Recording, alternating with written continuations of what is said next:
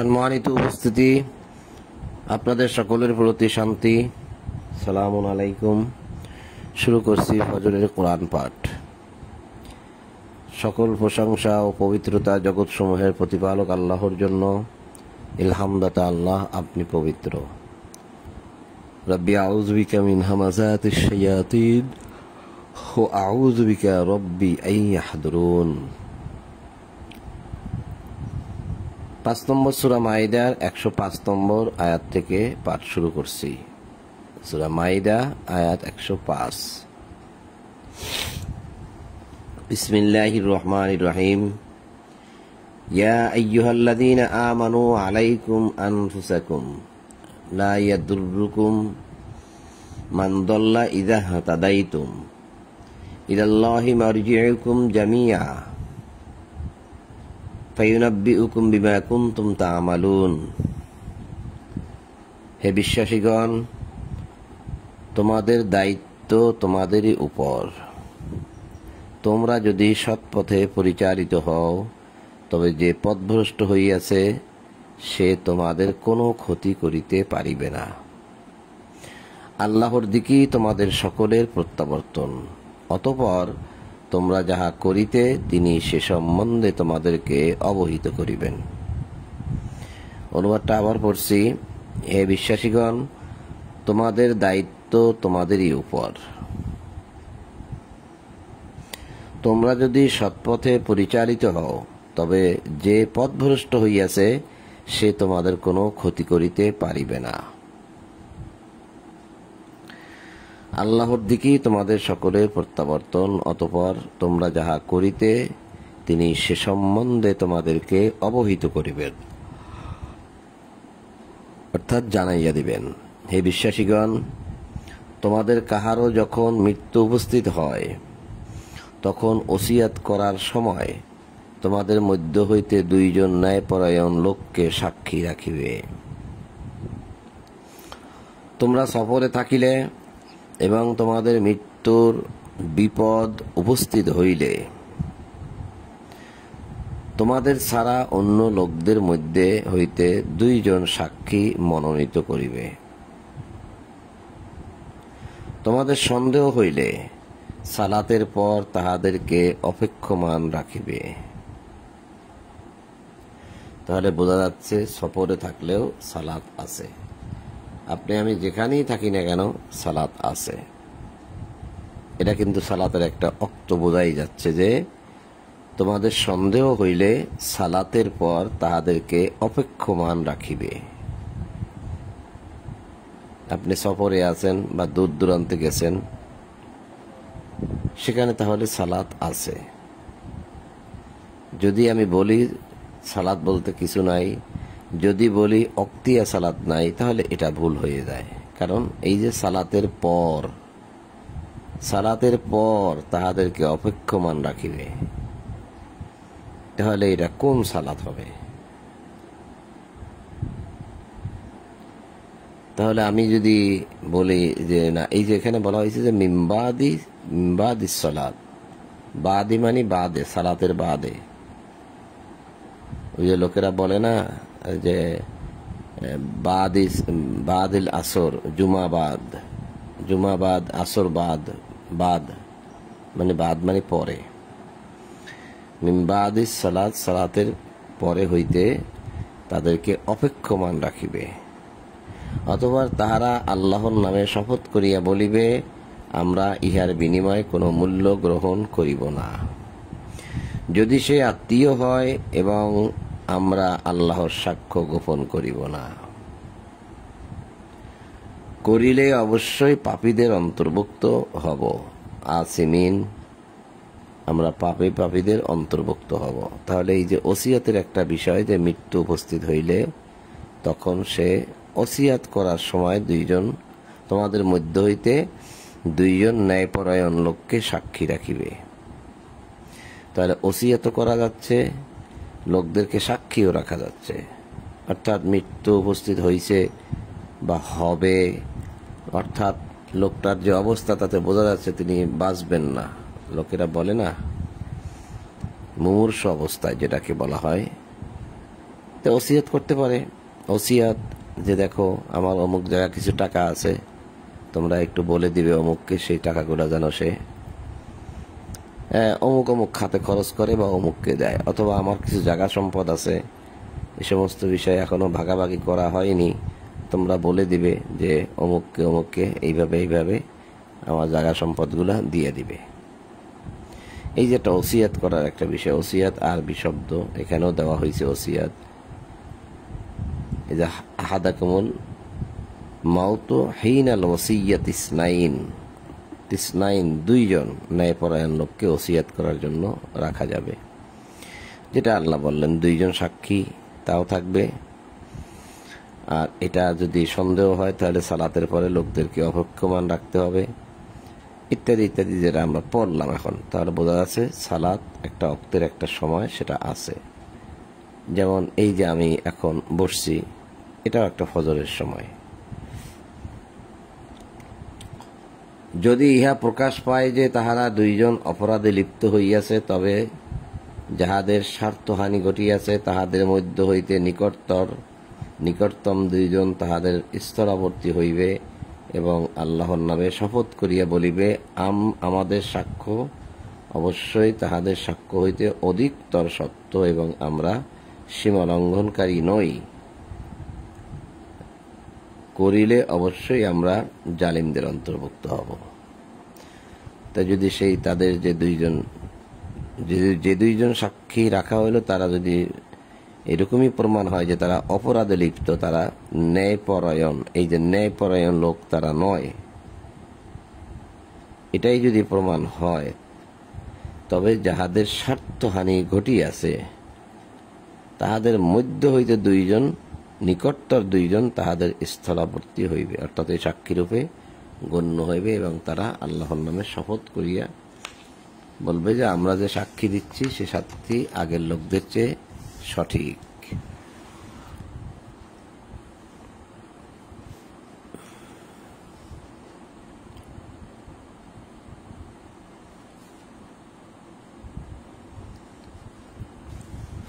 এই পদ্ধতিতে অধিকতর সম্ভাবনা আছে লোকের যথাযথ সাক্ষ্যদানের, অথবা শপথের পর আবার তাহাদেরকে শপথ করানো হইবে এই ভয়ের।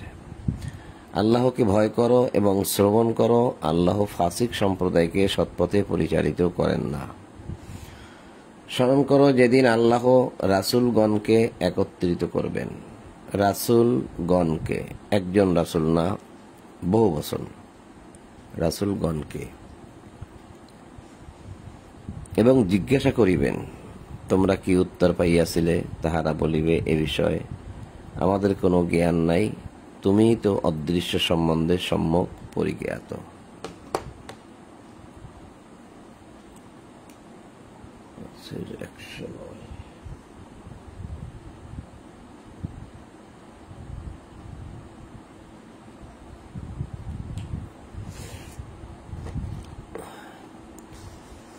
স্মরণ করো আল্লাহ বলিবেন, হে মারিয়াম তনয় ঈসা, তোমার প্রতি ও তোমার জননীর প্রতি আমার অনুগ্রহ স্মরণ করো। এটা আল্লাহ বলিবেন, এখনো বলেন নাই, তার মানে এটা বিচার দিবসে বলবেন। হে মারিয়াম তনয় ঈসা, তোমার প্রতি ও তোমার জননীর প্রতি আমার অনুগ্রহ স্মরণ করো। পবিত্র আত্মা দ্বারা আমি তোমাকে শক্তিশালিত করিয়াছিলাম এবং তুমি দোলনায় থাকা অবস্থায় ও পরিণত বয়সে মানুষের সঙ্গে কথা বলিতে। তোমাকে কিতাব, হিকমত, তাওরাত ও ইঞ্জিল শিক্ষা দেওয়া হয়েছিল, অর্থাৎ শিক্ষা দিয়েছিলাম। ঈসা নবীকে তাওরাত, কিতাব, হিকমত, তাওরাত, ইঞ্জিল শিক্ষা দিয়েছিলাম। তুমি কর্দম দ্বারা, মানে মাটি দ্বারা, আমার অনুমতিক্রমে পাখির মতো আকৃতি গঠন করিতে এবং উহাতে ফুৎকার দিতে, ফলে আমার অনুমতিক্রমে উহা পাখি হইয়া যাইত। জন্মান্ধ ও কুষ্ঠব্যাধিগ্রস্তকে তুমি আমার অনুমতিক্রমে নিরাময় করিতে এবং আমার অনুমতিক্রমে তুমি মৃত্যুকে জীবিত করিতে। আমি তোমা হইতে বনী ইসরায়েলকে নিবৃত্ত রাখিয়াছিলাম, তুমি যখন তাহাদের নিকট স্পষ্ট নিদর্শন আনিয়াছিলে।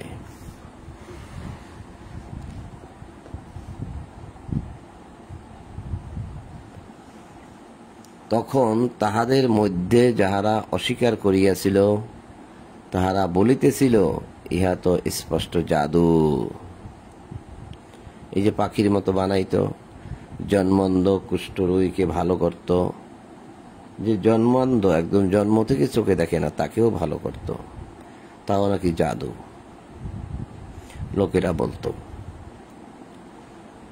আরো স্মরণ করো, আমি যখন হাওয়ারীদেরকে এই আদেশ দিয়েছিলাম যে তোমরা আমার প্রতি ও আমার রাসূলের প্রতি ঈমান আনো। হাওয়ারীদেরকে এই আদেশ দিয়েছিলাম বলতে ওহী করেছিলাম। হাওয়ারীগণ এমনে এমনে ঈমান আনে নাই, আল্লাহ ওহী করেছে, তারপরে ঈমান এনেছে। এখানে বলাই হয়েছে ওয়াইজ আওহাইতু, এই আওহাইতু শব্দের অর্থ হয়েছে ওহী করা। ওয়াইজ আওহাইতু ইলাল হাওয়ারিয়িনা আন আমিনু বি ওয়া বিরাসূলি ক্বালু আমান্না ওয়াশহাদ বিআন্নানা মুসলিমুন। হাওয়ারীদেরকে বলেছিলাম, এই আদেশ মানে ওহী করেছিলাম এবং এই আদেশ দিয়েছিলাম যে তোমরা আমার প্রতি ও আমার রাসূলের প্রতি ঈমান আনো। তাহারা বলিয়াছিল, আমরা ঈমান আনিলাম এবং তুমি সাক্ষী থাকো যে আমরা তো মুসলিম হলাম। তুমি সাক্ষী থাকো মানে ঈসা নবীকে তারা বলছে, তুমি সাক্ষী থাকো যে আমরা ঈমান আনলাম, আমরা মুসলিম হলাম। ওয়াশহাদ বিআন্নানা মুসলিমুন। হাওয়ারীগণ বলিয়াছিল, হে মরিয়ম তনয় ঈসা, অর্থাৎ হে মরিয়মের পুত্র ঈসা, তোমার প্রতিপালক কি আমাদের জন্য আসমান হইতে খাদ্য পরিপূর্ণ খাঁচা প্রেরণ করিতে সক্ষম?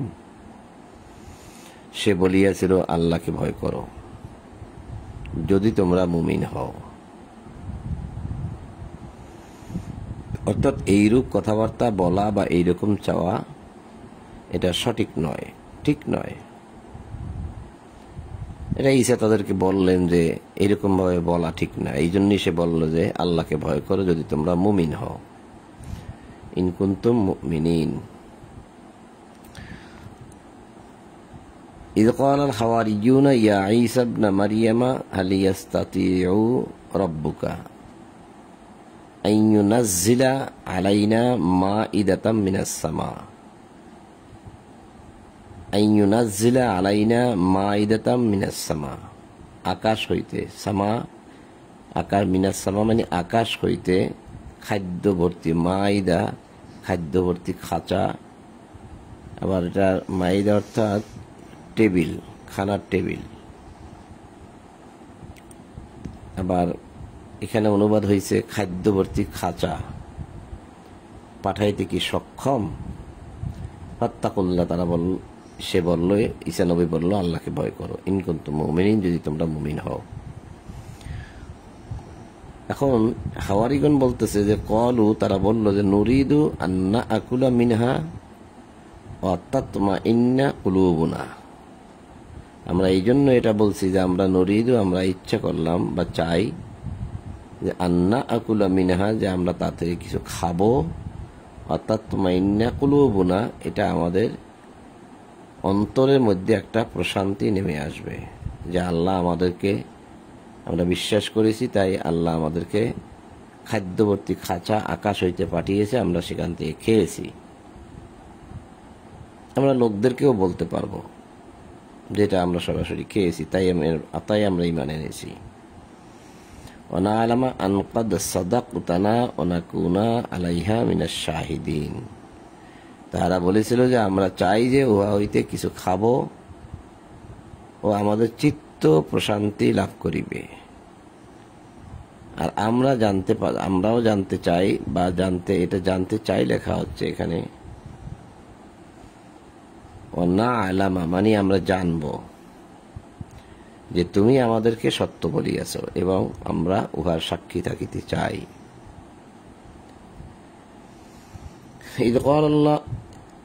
قال عيسى ابن مريم اللهم ربنا انزل علينا مائدة من السماء تكون لنا عيدا لأولنا وآخرنا وآية منك وارزقنا وأنت خير الرازقين। ঈসা বলল, মারিয়াম তো নয়, মারিয়ামের পুত্র ঈসা বলল, ইলহামদাতা আল্লাহ, কারণ এখানে আল্লাহুম্মা আছে। আল্লাহুম্মা বাংলা অনুবাদ হইছে হে আমাদের প্রতিপালক। তা রব্বানা অর্থ হে আমাদের প্রতিপালক, এখানে কিন্তু রব্বানা নাই, এখানে আছে আল্লাহুম্মা। এই আল্লাহুম্মার অর্থ হয় ইলহামদাতা আল্লাহ, যিনি মানুষের অন্তরের মধ্যে ইলহাম করেন তিনি হচ্ছেন আল্লাহুম্মা। ইলহামদাতা আল্লাহ, রব্বানা আমাদের প্রতিপালক, হে আল্লাহ। আচ্ছা, এখানে আল্লাহুম্মার অর্থ দেওয়া হয়েছে হে আল্লাহ, আর রব্বানার অর্থ দেওয়া হয়েছে হে আমাদের প্রতিপালক। তো ইলহামদাতা আল্লাহর অর্থ না দিয়ে দেওয়া হয়েছে হে আল্লাহ। তাই আমি বলছি যে ইলহামদাতা আল্লাহ আমাদের প্রতিপালক, রব্বানা আমাদের প্রতিপালক, আমাদের জন্য আসমান হইতে খাদ্য পূর্ণ খাঁচা প্রেরণ করুন, ইহা আমাদের ও আমাদের পরবর্তী ও পূর্ববর্তী সকলের জন্য হইবে আনন্দ উৎসব স্বরূপ। কারণ এখানে ঈদান শব্দ আছে, ঈদান মানে ঈদ মানে আনন্দ, অর্থাৎ আকাশ থেকে যদি আমরা খাবার পাই তাহলে এটা আমাদের একটা আনন্দের বিষয়। এখন যারা বলেন যে কোরআনে ঈদ শব্দ আছে, এই যে ঈদ, তাহলে আপনাদের প্রতি কি আকাশ থেকে খাদ্য আসে? যদি আকাশ থেকে খাদ্য আসে তাহলে আপনি ঈদ করেন। আকাশ থেকে তো কোনো খাদ্য আসে না, তাহলে কিরকম ঈদ করা হয়?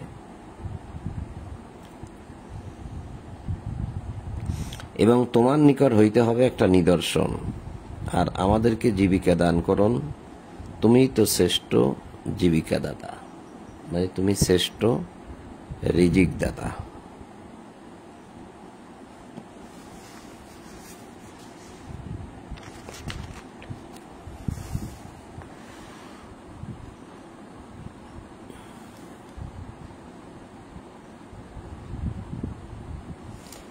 আল্লাহ বলিলেন, আমি তোমাদের নিকট উহা প্রেরণ করিব, কিন্তু ইহার পর তোমাদের মধ্যে কেহ অস্বীকার করিলে তাহাকে এমন শাস্তি দেব যে শাস্তি বিশ্বজগতের উপর আর কাহাকেও দেব না। আল্লাহ যখন বলিবেন, হে মারিয়ামের পুত্র ঈসা, তুমি কি লোকদেরকে বলিয়াছিলে যে তোমরা আল্লাহ ব্যতীত আমাকে ও আমার জননীকে মানে আমার মাকে দুই ইলাহা রূপে গ্রহণ করো? আল্লাহ ব্যতীত, আল্লাহকে বাদ দিয়ে তোমরা আমাকে আর আমার মাকে ইলাহা রূপে গ্রহণ করো, এই কথা কি তুমি জনগণকে বলেছিলে? বিচার দিবসের কথা এগুলা। সে বলিবে, তুমি মহিমান্বিত। কলা সে বলিবে, সুবহানাকা, তুমি পবিত্র, তুমি মহিমান্বিত। যাহা বলার অধিকার আমার নাই তাহা বলা আমার পক্ষে শোভনীয় নয়। যদি আমি তাহা বলিতাম তবে তুমি তো তাহা জানিতে। আমার অন্তরের কথা তো তুমি অবগত আছো, কিন্তু তোমার অন্তরের কথা আমি অবগত নই।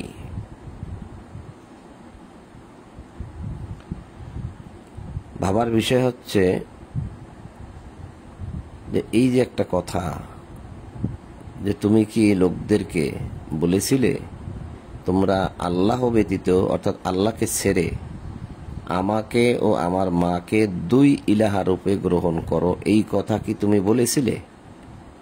কিয়ামতের বিচার দিবসে আল্লাহ ঈসা নবীকে জিজ্ঞাসা করবেন। কারণ এখন যারা পৃথিবীতে বেঁচে আছে তারা বলে পিতা, পুত্র, আত্মা, যেটাকে বলা হয় ট্রিনিটি। আল্লাহ বলছে এই তিন বলিও না, এই তিন বলা অপরাধ। অর্থাৎ ঈসা নবী এবং ঈসা নবীর মা, তাদেরকে তারা ইলাহা রূপে গ্রহণ করেছে এবং এর সাথে যুক্ত করেছে আল্লাহকেও। তাহলে ওই যে পিতা, পুত্র, আত্মা, পিতা ধরছে আল্লাহকে, পুত্র ধরছে ঈসা নবীকে, আর আত্মা ধরে তার মাকে। মানে এই তিনে মিলে স্রষ্টা। আর আল্লাহ এককভাবে দাবি করেছেন যে তিনি নিজেই স্রষ্টা।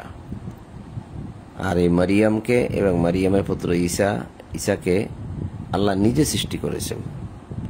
কিন্তু বর্তমানের অনেক খ্রিস্টানরা আছে যারা এই তিনকে বিশ্বাস করে যে এই তিনে মিলে আল্লাহ, তিনে মিলে স্রষ্টা। এখন আল্লাহ বিচার দিবসে জিজ্ঞাসা করবেন, তুমি কি লোকদেরকে কথাগুলো বলে আসছিলে? সে বলবে যে তুমি মহিমান্বিত, যাহা বলার অধিকার আমার নাই তাহা বলা আমার পক্ষে শোভনীয় নয়। যদি আমি তাহা বলিতাম তবে তুমি তো তাহা জানতে। আমার অন্তরের কথা তো তুমি অবগত আছো, মানে আমার অন্তরের কথা তুমি জানো, আমি বলছি কি বলি না সব তুমি জানো, কিন্তু তোমার অন্তরের কথা আমি অবগত নই। আর তুমি অদৃশ্য সম্বন্ধে সম্যক পরিজ্ঞাত। ইন্নাকা আনতা আল্লামুল গুয়ুব। গুয়ুব মানে গায়েবের খবর তুমি জানো, আমি জানি না। এরপরে ঈসা আরো বলবেন যে তুমি আমাকে যে আদেশ দিয়াছ তাহা ব্যতীত তাহাদেরকে আমি কিছুই বলি নাই। তাহা এই যে তোমরা আমার প্রতিপালক ও তোমাদের প্রতিপালক আল্লাহর ইবাদত করো। আমি এই কথা বলেছি, যিনি আমার প্রতিপালক আর যিনি তোমাদের প্রতিপালক তার ইবাদত করো, এটা বলছি আমি। এবং যতদিন আমি তাহাদের মধ্যে জীবিত ছিলাম,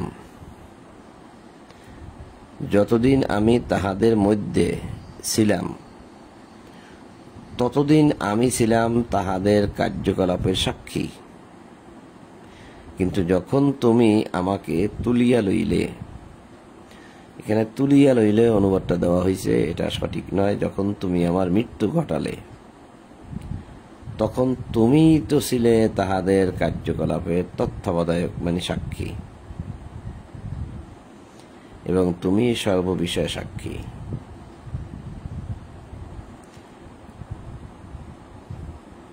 তাহলে ঈসা এখানে বলবে যে ফালাম্মা তাওয়াফাইতানি কুনতা আনতার রাকিবা আলাইহিম, যখন তুমি আমার মৃত্যু ঘটালে। জহুরুল হক সাহেবের অনুবাদ দেখেন, সেখানে স্পষ্টভাবে লেখা আছে যে যখন তুমি আমার মৃত্যু ঘটাইলে, আর এখানে লেখা আছে যখন তুমি আমাকে তুলিয়া লইলে। আসলে কি তুলিয়া লওয়ার বিষয় এটা, নাকি তাওয়াফা শব্দের অর্থ জান নিয়ে নেওয়া, অর্থাৎ মৃত্যু ঘটানো? তাহলে ঈসা বলবে যখন তুমি আমার মৃত্যু দিলে তখন তো আমি আর কিছুই জানি না যে তারা কি করেছে, কি বলেছে, তারা কি ট্রিনিটি বলেছে, পিতা, পুত্র, আত্মা বলেছে, না কি বলেছে, এগুলো তো আমি জানি না।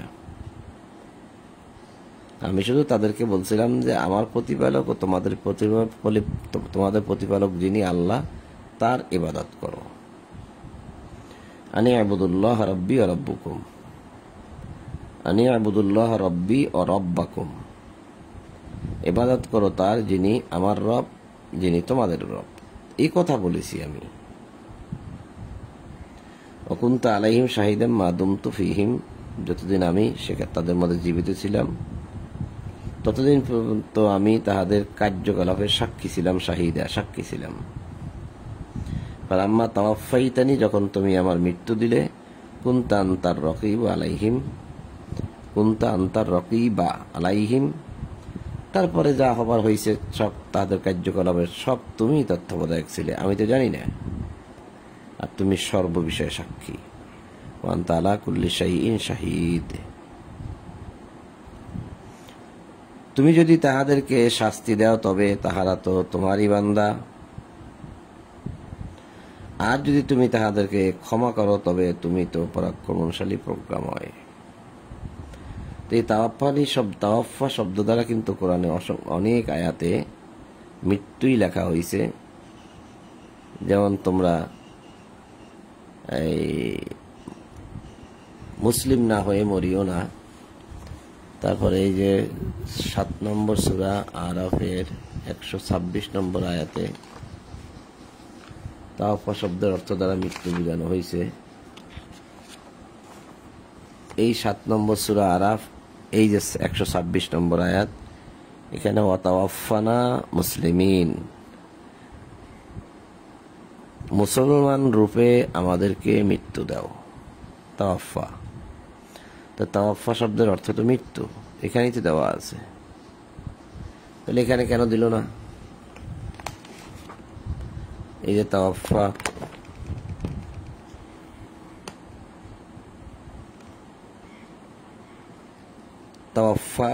তাওয়াফাইতানি, যখন তুমি আমার মৃত্যু দিলে তখন তুমি ছিলে তাহাদের কার্যকলাপের তত্ত্বাবধায়ক।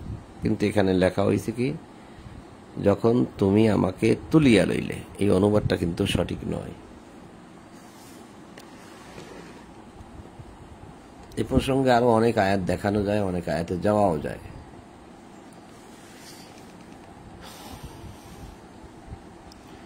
আল্লাহ বলিবেন এই সেই দিন যেদিন সত্যবাদীগণ তাহাদের সত্যতার জন্য উপকৃত হইবে। তাহাদের জন্য আছে জান্নাত, যাহার পাদদেশে নদী প্রবাহিত, তাহারা সেখানে চিরস্থায়ী হইবে। আল্লাহ তাহাদের প্রতি প্রসন্ন এবং তাহারাও তাহার প্রতি প্রসন্ন, ইহা মহা সফলতা। রাজিয়াল্লাহু আনহুম ওয়া রাজু আন, তারা আল্লাহর প্রতি সন্তুষ্ট, আল্লাহ তাদের প্রতি সন্তুষ্ট। যালিকাল ফাউজুল আজিম, ইহা মহা সফলতা। লিল্লাহি মুলকুস সামাওয়াতি ওয়াল আরদি ওয়া মা ফীহিন্না ওয়া হুয়া আলা কুল্লি শাইইন কাদির। আসমান ও জমিন এবং উহাদের মধ্যে যা কিছু আছে তাহার সার্বভৌমত্ব আল্লাহরই, এবং তিনি সর্ববিষয়ে শক্তিমান।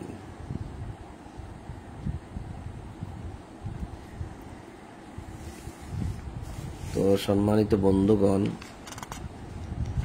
যেহেতু একটু পড়িতে হলে ভাবছিলাম যে শেষ করে দেব, এখনো তো সূর্য ওঠার অনেক সময় বাকি। 6 নম্বর সূরা আনাম, আয়াত প্রথম থেকে পাঠ শুরু। বিসমিল্লাহির রহমানির রহিম। আলহামদুলিল্লাহিল্লাযী খালাকাস সামাওয়াতি ওয়াল আরদা ওয়া জাআলাজ যুলুমাতি ওয়ান নূর সুম্মাল্লাযীনা কাফারু বিরাব্বিহিম ইয়াদিলুন। সকল প্রশংসা আল্লাহরই, যিনি আসমান ও জমিন সৃষ্টি করিয়াছেন, আর সৃষ্টি করিয়াছেন অন্ধকার ও আলো। অন্ধকার ও আলো,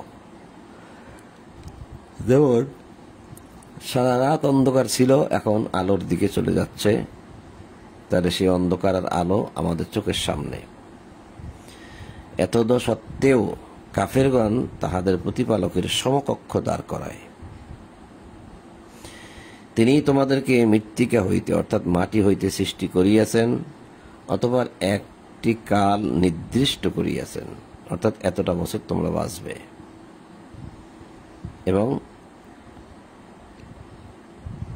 কিয়ামত নির্দিষ্ট করেছেন যে কিয়ামত হবে, এটাও হয়। এবং আরেকটি নির্ধারিত কাল আছে যাহা তিনি জ্ঞাত, এতদা সত্ত্বেও তোমরা সন্দেহ করো। অর্থাৎ মানুষকে সৃষ্টি করে মানুষের জন্য একটা সময় নির্ধারণ করেছেন, আর একটা সময় নির্ধারিত আছে, সেটা হচ্ছে কিয়ামত। এগুলো মানুষ জানে না যে কিয়ামত কখন হবে। আর আল্লাহ যে মানুষকে সৃষ্টি করেছে সেখানেও মানুষের সন্দেহ রয়েছে, সেটাই আল্লাহ বলছে যে এর সত্ত্বেও, এতদা সত্ত্বেও, মানে এর পরেও তোমরা সন্দেহ করো। আসমান ও জমিনে তিনি আল্লাহ, তোমাদের গোপন ও প্রকাশ্য সবকিছুই তিনি জানেন। তোমরা যাহা অর্জন করো তাহাও তিনি অবগত আছেন। তাহাদের প্রতিপালকের নিদর্শনাবলীর এমন কোন নিদর্শন তাহাদের নিকট উপস্থিত হয় না যাহা হইতে তাহারা মুখ না ফিরায়। সত্য যখন তোমাদের নিকট আসিয়াছে, তাহারা উহা প্রত্যাখ্যান করিয়াছে।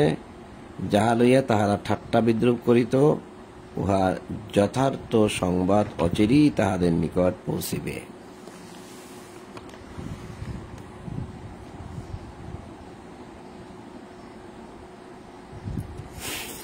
তাহারা কি দেখে না যে আমি তাহাদের পূর্বে কত মানব গোষ্ঠীকে বিনাশ করিয়াছি? তাহাদেরকে দুনিয়ায় এমন ভাবে প্রতিষ্ঠিত করিয়াছিলাম যেমনটি তোমাদেরকে করি নাই, এবং তাহাদের উপর মুষলধারে বৃষ্টি বর্ষণ করিয়াছিলাম, আর তাহাদের পাদদেশে নদী প্রবাহিত করিয়াছিলাম। মানুষের পাদদেশে নদী প্রবাহিত করিয়াছিলেন। তো এই আমাদের পাদদেশে নদী, এর অর্থটা কি? আমাদের পায়ের নিচে কি নদী আছে নাকি? তাহলে আল্লাহ এই কথা দ্বারা কি বুঝাইলেন?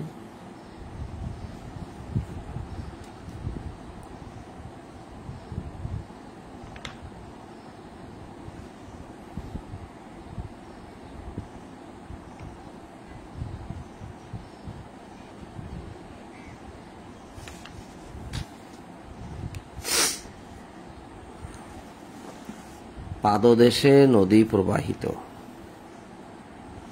এই কথাটা কেন বলছি? এই যে জান্নাত আদনিন তাজরি মিন তাহতিহাল আনহারু খালিদিনা ফিহা, যে আয়াতগুলো আমরা পড়ি, যে তাহাদের জন্য রয়েছে জান্নাত যাহার পাদদেশে নদী প্রবাহিত, পড়ি না? ফেরাউনের পাদদেশে নদী প্রবাহিত নদী ছিল। তো ফেরাউনের পাদদেশে প্রবাহিত নদী ছিল। আর এখানে আল্লাহ বলছেন যে তাহারা কি দেখে না যে আমি তাহাদের পূর্বে কত মানব গোষ্ঠীকে বিনাশ করিয়াছি, অর্থাৎ ধ্বংস করিয়াছি। তাহলে তো এরা পৃথিবীর মানুষের কথা বলা হচ্ছে। তাহাদেরকে দুনিয়ায় এমন ভাবে প্রতিষ্ঠিত করিয়াছিলাম যেমনটি তোমাদেরকে করি নাই, এবং তাহাদের উপর মুষলধারে বৃষ্টি বর্ষণ করিয়াছিলাম। তাহলে এটা কি পৃথিবীর মানুষের কথা বলা হচ্ছে না? তারপরে বলছে তাহাদের পাদদেশে নদী প্রবাহিত করিয়াছিলাম, অতঃপর তাহাদের পাপের দরুন তাহাদেরকে বিনাশ করিয়াছি, এবং তাহাদের পরে অপর মানব গোষ্ঠী সৃষ্টি করিয়াছি। একদম তাদেরকে ধ্বংস করে আবার নতুন করে মানুষ একের পর এক আসতেছিল। তাহলে এই যে পাদদেশে নদী প্রবাহিত করিয়াছিলাম, এর অর্থটা কি? আমাদের কারো পায়ের নিচে কি নদী? তাহলে নদীগুলো কোথায়? আমরা যেখানে বসবাস করি তার থেকে আরো অনেক দূরে, কাছাকাছি। অথবা কেউ নদীর পাড়ে, নদীর কূলেও বসবাস করে, তার মানে তাহাদের অদূরে, তারা যেখানে বসবাস করে তারই একটু পরে নদ নদী প্রবাহিত ছিল। নদ নদী তারা কি দেখে না যে তাদের পাদদেশে বলতে তাহাদের অদূরে, একটু দূরে আমি কত নদী নালা সৃষ্টি করিয়াছিলাম, অথবা তাহাদের পাপের কারণে তাহাদেরকে ধ্বংস করিয়াছি।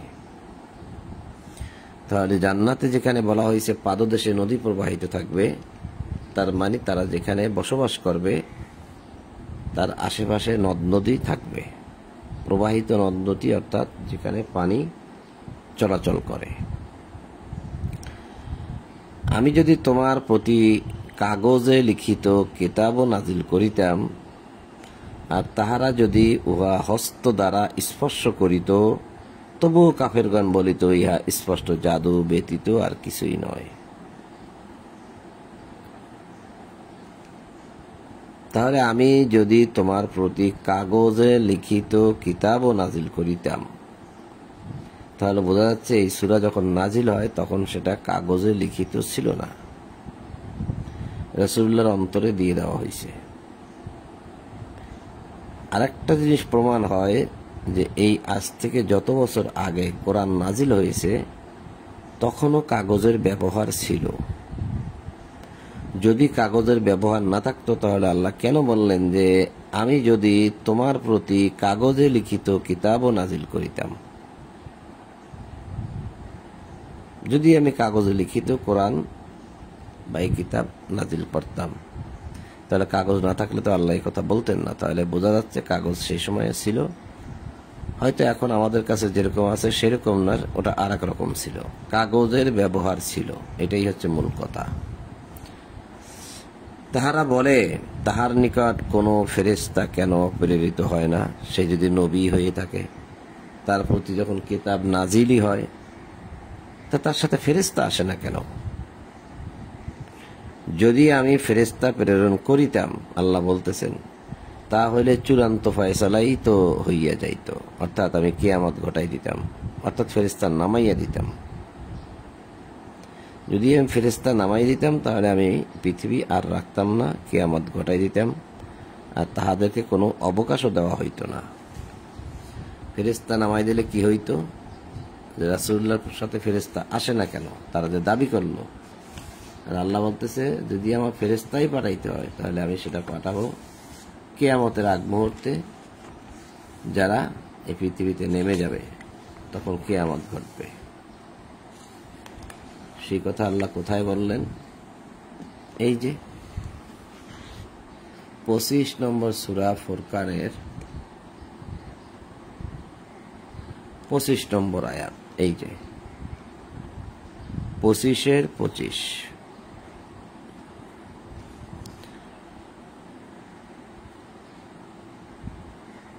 আর সেই দিন আকাশ মেঘপুঞ্জ সহ বিদীর্ণ হইবে এবং ফেরেশতাদেরকে নামাইয়া দেওয়া হইবে।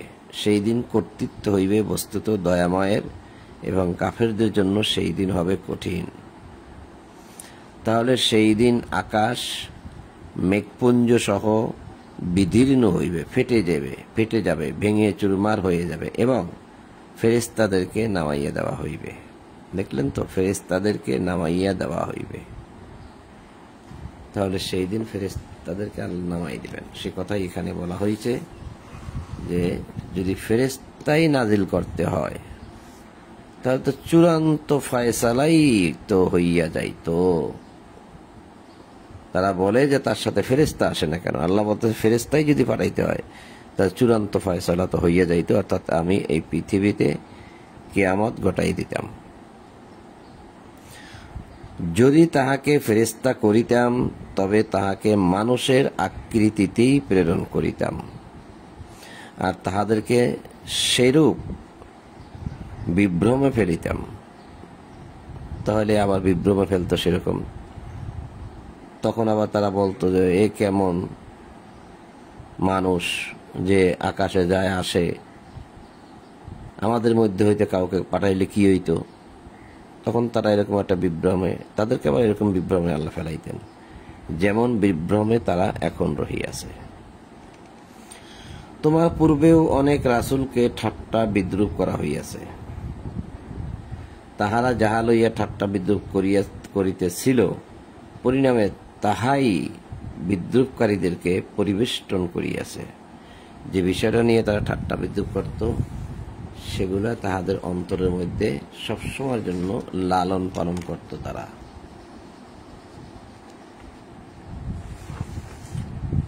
তো সম্মানিত বন্ধুগণ, 6 নম্বর সূরা আনামের 10 নম্বর আয়াত পর্যন্ত পাঠ করলাম। ইনশাআল্লাহ পরবর্তীতে 11 নম্বর আয়াত থেকে পাঠ শুরু হবে। তো আজকে আর নয়। আপনাদের সকলের প্রতি শান্তি এবং সকল প্রশংসা জগৎসমূহের প্রতিপালক আল্লাহর জন্য। এই বলেই আজ ফজরের কোরআন পাঠ এখানেই সমাপ্ত করলাম। আলহামদুলিল্লাহি রাব্বিল আলামিন।